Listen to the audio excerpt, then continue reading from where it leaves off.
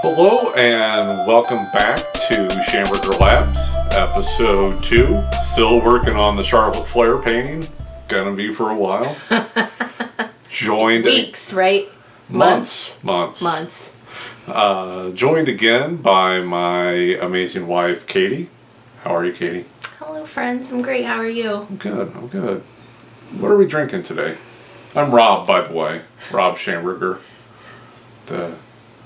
Like in charge of this whole outfit? I guess so. I don't know. Rob Schamberger. I'm the figurehead, at least. Schamberger Labs. Yeah. All right. Could be Katy Schamberger Labs. I mean, we can talk about that over dinner. Okay. What are you drinking tonight? I'm drinking a beautiful white wine. Any wine friends out there? Cheers, if there are. What type of white wine? Well, now I have to go look at the label. I feel like, did you tell me to get Sauvignon Blanc? I said to get Sauvignon Blanc or, I know, I can remember now. Okay. It is a white Bordeaux. Okay. So French. Ooh. So I said get Sauvignon Blanc or Pinot Grigio. Basically get anything except Chardonnay. Right. And you brought this home. And you like it. And I love it so much that I decided tonight that this is going to be my house wine. So, you know, most restaurants and bars have their own house wines that you can always rely on. Right. This is going to be mine. Yours. Yeah. She told me to get whatever was cheapest, and I spent $3 more than whatever was cheapest. She's worth the investment. And I am having Boulevard's new experimental HBC 586 IPA. That's a great name. I hope they keep it. The marketing department killed it on that sumbitch. Cheers. Cheers. This one's good. It's the one that you tried out that has that kind of herby. Yeah, we were trying to figure out. It's got like some kind of herbal. Yeah. note. Maybe it's cilantro. Like cilantro-ish, but a beer.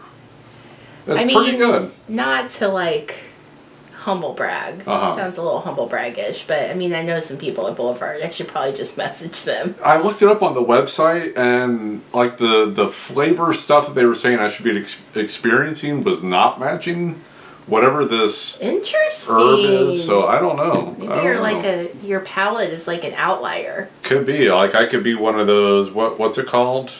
A sommelier. I mean, I don't know if I would go that far. Yeah, I'm like, what? I have like the most amazing taste buds on the face of the earth. You taste things. No one else can.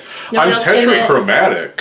Maybe my palate is higher as well. I'm able to see more colors than the average person can.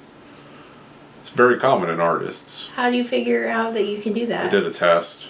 Wow. Yeah. I kind of want to take that test. You did. You did pretty good on it. Next, we're going to do a memory test. Wow! It's just starting out real strong here. You did pretty good on it. Is it the one where it's like uses the different pattern of dots and you're looking for this one was numbers? Like the spectrum of colors, and it's how many bars of color you see. Ah, yes. Yeah. See, sometimes I just need a little help. You did pretty good on it. Yeah. It's been a week. Woo! Yeah. With the video this week, it's a little bit sped up. It's not the real time that we had last week. Gotcha. Just because I wanted to put in an hour's worth of work this week instead of a half hour. I was really feeling it. So it's a second coat on the background. And I'm going to come in with some of the details, like some of the spotlights that are happening back there. And at the very end, I'm going to start in on the first layer of the fireworks. Which awesome. Is the stuff where this painting will start really showing what it is. I know that it's probably not too clear yet at this point on what it is. But it'll start probably next week being something familiar. And that just comes with layers and time on something like this. I mean, and you can see, like we talked about last week, like one of the advantages here is because you're spending so much time, you can really build these colors and you can already see how much deeper they're getting. So that's really cool. Yeah, it's on the second coat. The first coat through, and we touched on this a bit last week, was me just trying to block in the colors. Right. And here I'm finessing them, mixing them together a little bit more. Some of them, like spending a week looking at what I had placed. A few I'm gonna paint over with a slightly different hue of blue. That rhymes. Good job. Thanks. Poet, didn't realize it. And you know, getting it closer to what I envision, and there will be a little bit of stylistic stuff here, but very minimal, because this is the deepest background on it. So we talked last week again about taking so much time on these paintings and what that entails, but I want to go back to something you just said a couple minutes ago, that you were in that creative zone in that place and you exceeded your kind of allotted time limit, went for an hour this week. Is it hard then to make yourself stop? Yes. Like I said, this is a way more deliberate painting than what I normally do. And I also have a I don't know if you've picked up on this, if you can pick up by like the background behind us. I've got a bit of an obsessive compulsive personality type. And when I start something, I have to finish it. And I know that over time, I'm going to finish this. But like, from here on out, for me as the artist, the person making this, it's really exciting stuff. Like the fun parts to paint. And even like as this progresses, like what I do with some of the spotlights that are happening in the background, like using a few different techniques, a couple different brushes, they do something pretty cool. And I'm like, oh, I'm really enjoying that. I want to do that more. You know, and waiting for that to continue on. Although, like, the next portion of this painting I'm going to be working on is a little, maybe less fun for me. It's maybe the part that I'm looking forward to the least as an artist, which is always, like, whatever part is, like, most challenging normally. And that's going to be like some of the LED lights and also the crowd. It's very repetitive, and it's one of those things that will only look good as I get the foreground done. But in the moment of doing it, it's not too exciting to make, and it doesn't look that great until there's more context around it. And it's one of those things of having done this so much for so many years, I have faith in myself that I'm going to pull it off, but there is a bit of dread that happens on parts like that. I can get it. I was trying to think if there's an equivalent with writing. Honestly, I'm drawing. Haha. I said drawing. Pun watch. Everybody take a drink. Chink. Woo-hoo! Clink. Not a chink in the armor. Clink in the glass. Clink in the glass. Yeah, with my knitting. There's kind of that start where it's like really amazing, like I am making something out of nothing. I'm taking these raw materials and it is transforming, but then you hit kind of that middle stride, especially like on a larger project, and then you're just, it's very repetitive. Yeah. You're just, and you can see it growing, but it's, and then you kind of hit those finishing details and you can start to see it all together, and then I think that amazement comes back. But I'm curious too, can we talk a little more about... No. It's just quiet from here on out.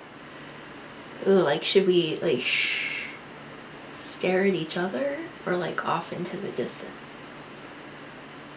the distance beyond each other. We're not actually looking at each other right now. I'm looking at the wall and not you. Mm-hmm. This is very quiet. We're not talking right now. Oh, that's terrible. No. I'm a talker. Hello. No, I want to talk a little more about timing and art, because I just was really not impressed. I mean, you're just a renowned artist, but I thought it was really cool that you kind of explored a different side of your creativity this last week at, do you call it a live drawing? Figure drawing session. Figure drawing. Yeah, it was something I haven't done in like a decade, for no good reason other than I just haven't. Mm-hmm. But working from a live model, and bringing in whatever kind of materials you want to work with, and it's such a different thing. Like obviously with this, I'm taking a really long time to even just do the background. Right. With figure drawing, the way that it goes is you start with normally about 10 1-minute gesture drawings. The model's only going to hold that pose for a minute. Wow. And you have to try to capture it the best you can in that minute. And then they do 2 5-minute poses. And again, like, it gets your brain going in a different way. Like first, those 1-minute poses are really loosening you up. Mm-hmm. And then the 5-minute poses, you still really don't have much time. Mm-hmm. 5 minutes isn't that much, but you want to try to get a little more substance to the figure with that. And then you get a 15-minute pose, which feels like an eternity after doing those. Mm-hmm. But you still have to watch your time real close.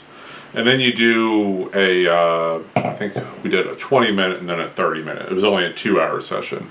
I've done others where it's like a 3-hour session, so you get an hour pose. Oh, wow. Also at the end.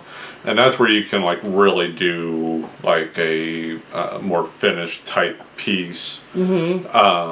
Although even then, an hour flies by like you wouldn't believe. So you have to be cognizant of what kinds of materials you're working with the time period that you have. I enjoy ink and charcoal and watercolor. Those all seem very they're within fluid. They are. The watercolor part isn't the best because you have to wait for it to dry somewhat. So you working in a different way than I would with a more polished painting, but it's all to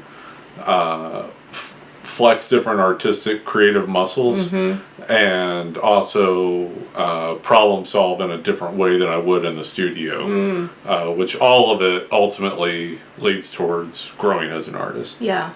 So when you're doing the 1 minute, I mean, do you even like zero in on like just the hand or the face, or are you still trying to capture the essence of the full figure in a minute? You want to get the whole figure. Wow. Although a lot of it is getting like the lines that matter to get the pose across. And you even hold your implement in a different way. Like you hold it from the back instead of the front. So you can, and you work with your whole arm instead of like just with your wrist and the fingers. So you're trying to get it fast. And so much of it comes down to that first line. If you don't get it right in the first line, you're probably not going to get the whole thing right. Interesting. Yeah. It's a fun challenge. Like something that I wouldn't do in the studio. And those are, I mean, I'm just asking because you had said it had been a little while, so I don't have as much exposure to that side of your work, but those types of classes relatively easy to find like in your own city? Absolutely. Especially if you like drop in at a art supply store. Just ask them and they'll be able to let you know what ones are happening in the area. That makes sense. And the one I went to, I may have been the only like full-time working artist there. And then the other people were like hobbyists or getting their careers started. So and then there were a couple really awesome people there. One was a 90-year-old man that had been drawing and painting for, close to a century. Wow. And he was rad and doing some cool work.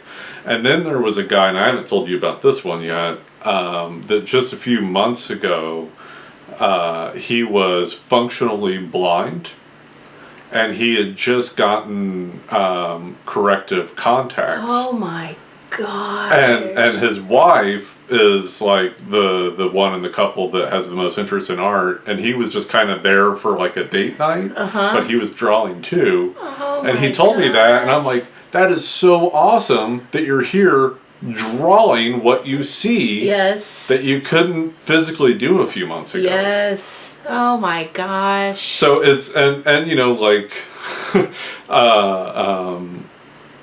he was just kind of like trying to draw, like someone that he would tell you he doesn't know how to draw, right, and was just trying. So it's like all walks that you get at these kinds of sessions. There's other ones you can go to where it's a lot of working artists, but sometimes that can get a little stuffy. Sure. You can get some egos at play. Yeah. And I've got enough of that on my own. His head. That's why I'm barely fitting in the frame here. Large. Also, this one was real close to us, so it was fun to do. But that just goes along with what I love about just being out and about in life is my personal motto: everybody has a story. Yep, love it. And it's really cool when you can hear their stories and our viewer. Plural viewers, but the person watching this is probably watching on their own. But they don't need us to expand on the bad news from the past week. But like Monday night, there was some bad news that happened, and having something like this on Tuesday, where I got to really be in the moment, like especially with those first shorter time pieces. It's just the model and the art that I'm trying to make. That's all I'm thinking about. And having a couple hours to separate like that, to ground myself. Things that we've been learning in therapy. Being in the moment as much as possible really, really helped. What do you think if we do enough of these episodes where maybe people start to create like a bingo card? So then what you could do is... It's a therapy. Take another drink because we said therapy! It's a therapy! Woo, therapy! We had a double dose of therapy this week. Yeah. Can I say that? Sure. Double dose of therapy this week. We both did. It helps. Yep. Sometimes you just need to find that extra bit of help to deal with something that you're struggling with in the moment. And I do think maybe as a whole, I feel like just creative pursuits in general have that almost like escapism or just something that you really are, like you said, you're in the moment and you're really focusing, so outside things kind of drift away. That connected because I was thinking about the last few days for me, and I haven't necessarily found time to, do it all, but I know that my brain wants to write, journal, kind of go like a more personal writing style than what I do for work, and then knit. And so I'm just thinking and good Lord, any number of creative activities that people can pursue, but I do think there's that common thread of it's really helping you laser focus, and then through that I think it is a little bit of an escape or a break. For sure. And then you can kind of marshal your energy and kind of come back to the world. Yeah, absolutely.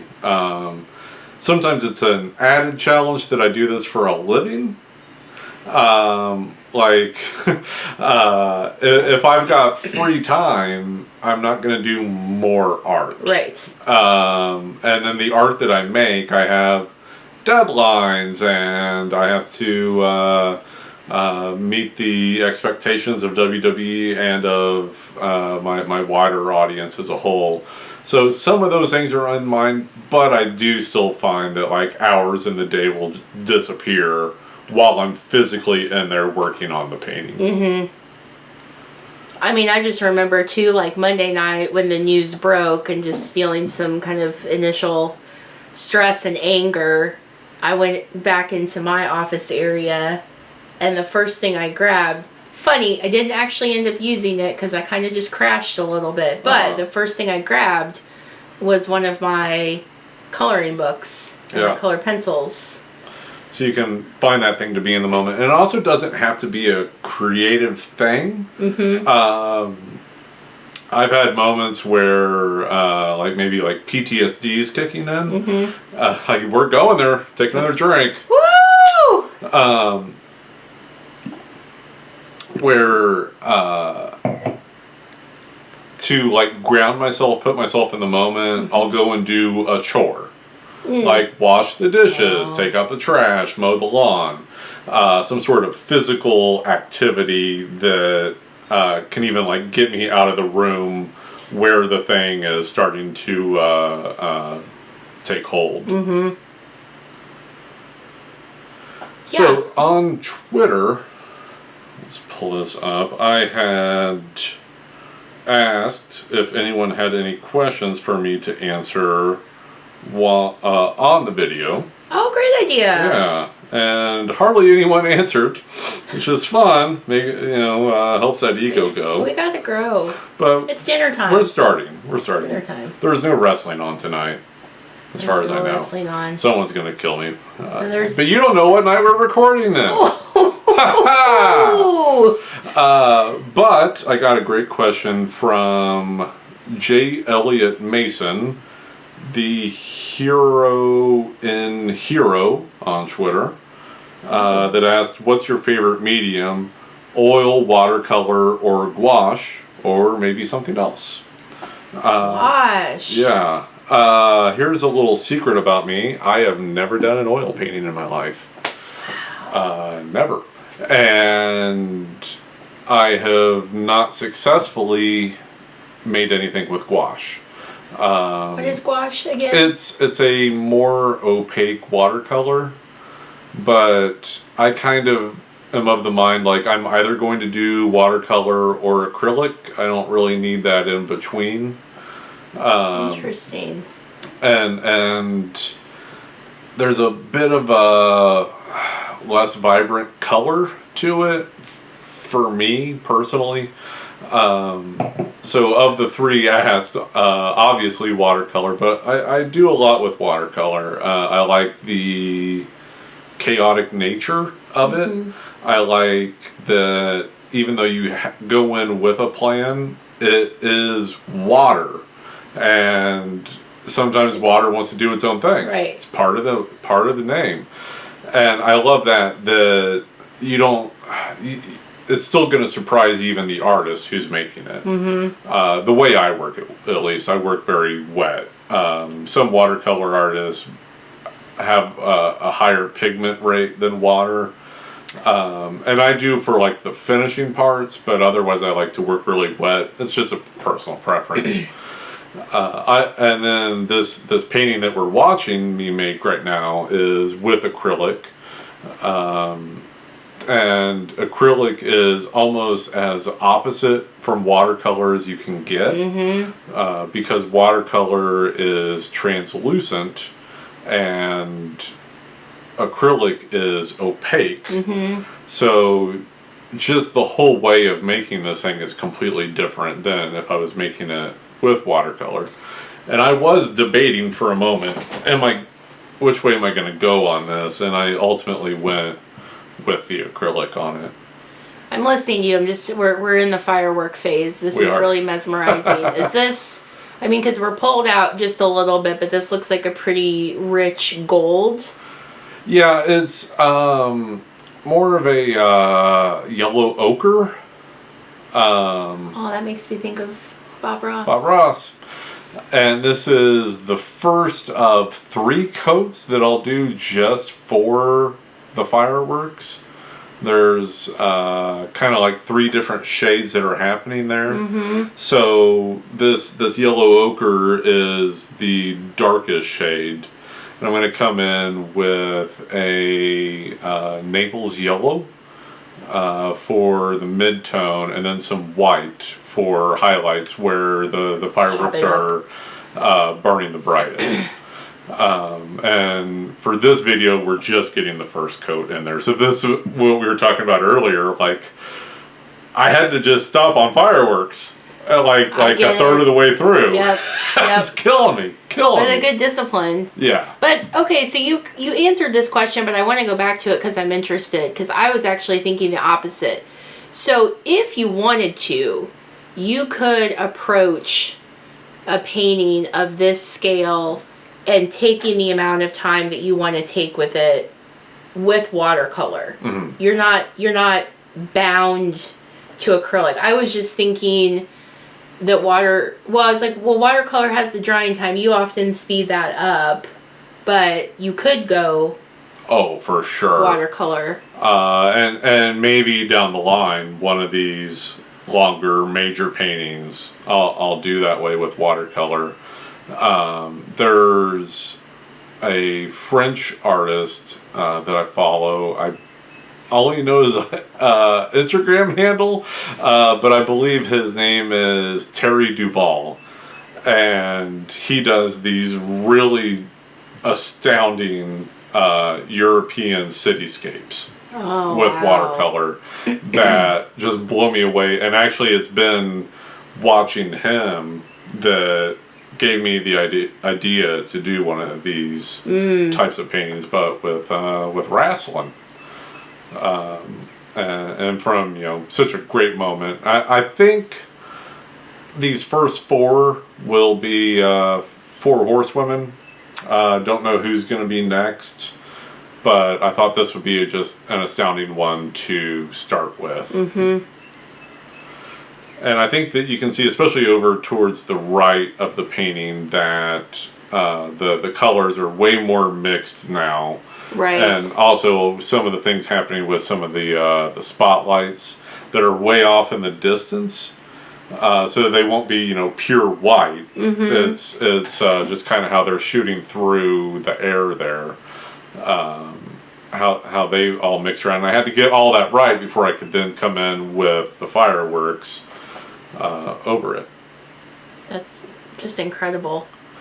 Can I take it back to the very early days? Do you miss painting on wood? Not really. Okay. With wood, a lot of it comes down to the texture of it, and also it takes up a lot of space. It's heavy. And they're heavy. We had to move a bunch of those the last time we moved, because I haven't really put any of those on the market yet. And different ways that you would approach it just based on the surface. Mm-hmm. And we're getting close to wrapping this up. Thanks for hanging out again, Katie. Thank you. It's been a blast. Love to come back anytime. Next we get to figure out what's for dinner. I'm thinking Mexican. I'm leaning towards Mexican. Real talk. Is anybody else out there? It's not just us, right? Right? That has this debate all the time. What do you want for dinner? I don't know. What do you want? It sounds good, and then sometimes whatever you want sounds great. It sounds like a jerky thing. Like nothing sounds good, like you want to eat. But and not everyone can agree on this. There's personal taste. There's lactose intolerance.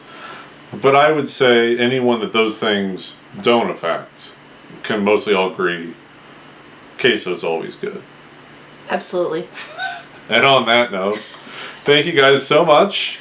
Schambergerlabs.com to get the art, robschamberger.substack.com to subscribe to the newsletter. There's also a paid tier where you can watch these episodes a week before everyone else. because you're cooler than everyone else. And at Rob Schamberger on Twitter and Instagram, where I am now verified on both. Suck it. Love you more. Thank you so much. I'm a little mad about that, but we'll get into that in the next episode. Maybe. Maybe. Therapy. Love you guys. Thank you. Love you.